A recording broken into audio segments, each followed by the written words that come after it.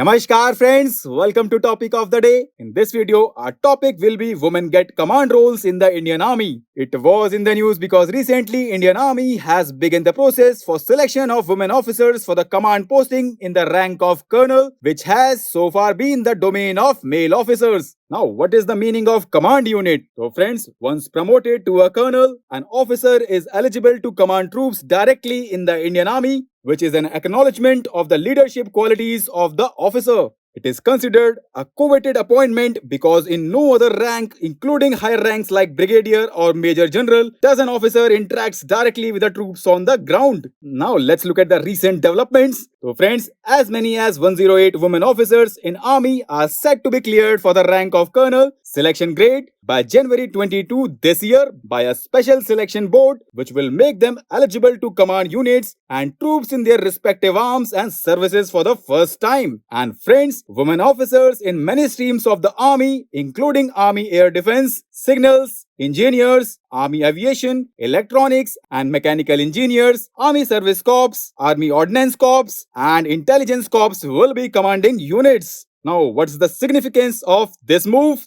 So friends, despite working at the grassroots level as junior officers, women officers until now did not get an opportunity to prove their leadership skills as they were not eligible to command a unit. Now, what is the global scenario in this context? So friends, all major countries, including United States, United Kingdom, Russia, Israel, allow women in command positions of their national armed forces. And friends, for a woman officer, this is an empowering move and grants them parity with their male counterparts. And friends, move is also in line with the constitutional safeguards like Article 14 of the Indian Constitution says that states shall not deny any person equality before law or equal protection of law within the territory of India. And Article 16 assures equality of opportunity in the matters of public employment and prevents the state from any sort of discrimination on grounds of religion, race, caste, sex, descent, place of birth, residence or any of them. And there is Article 19 which guarantees freedom of speech and expression is a right invoked against the state. But friends, recently Supreme Court expanded the Article 19 ambit by highlighting that not just the state but even private citizens can face challenge. The court extending free speech against private citizens opens up a range of possibilities in constitutional law. And friends, there is Article 21 of the Indian Constitution which states that no person shall be deprived of his life or personal liberty except according to procedure established by law. Now, what was the earlier scenario? So friends, earlier with a limited period career in the force, there were no promotion avenues for women officers to become a colonel and command unit like male army officers. And friends, women officers did reach the rank of colonel or beyond in the past, but they were only in two branches, which is Judge Advocate General Branch and Army Education Corps, where they were granted permanent commission in 2008. However, these were staff appointments which were more administrative in nature and not purely command appointments in which an officer commands troops on ground. Now let's look at the Supreme Court order of 2020. So friends, in 2019, Army changed its rule allowing short service commission women officers to opt for permanent commission who would have otherwise retired after 14 years of service. However, this was not retrospective and applied only to the batches of women officers starting their career in the Army in 2020. With a landmark Supreme Court judgment of 2020, permanent commission was granted to women officers with retrospective effect, and this opened the doors for promotion to women officers across all streams of the army except pure combat arms. Now let's look at the data of serving women officers in the Indian Armed Forces. So friends, according to data submitted by the government to Parliament in 2022,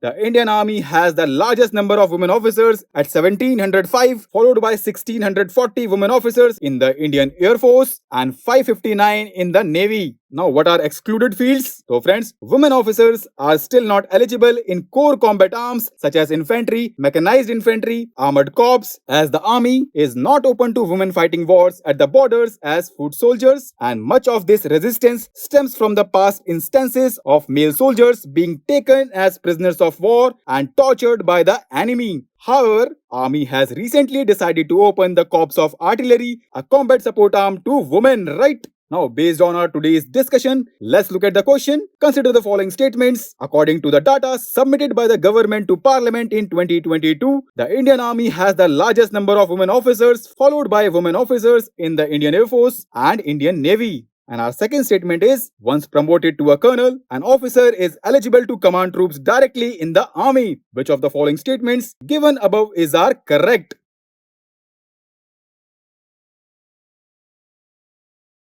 So friends, answer is C because both the statements are correct. So with this, let's conclude our today's discussion. Thanks for listening. Be happy, be nice.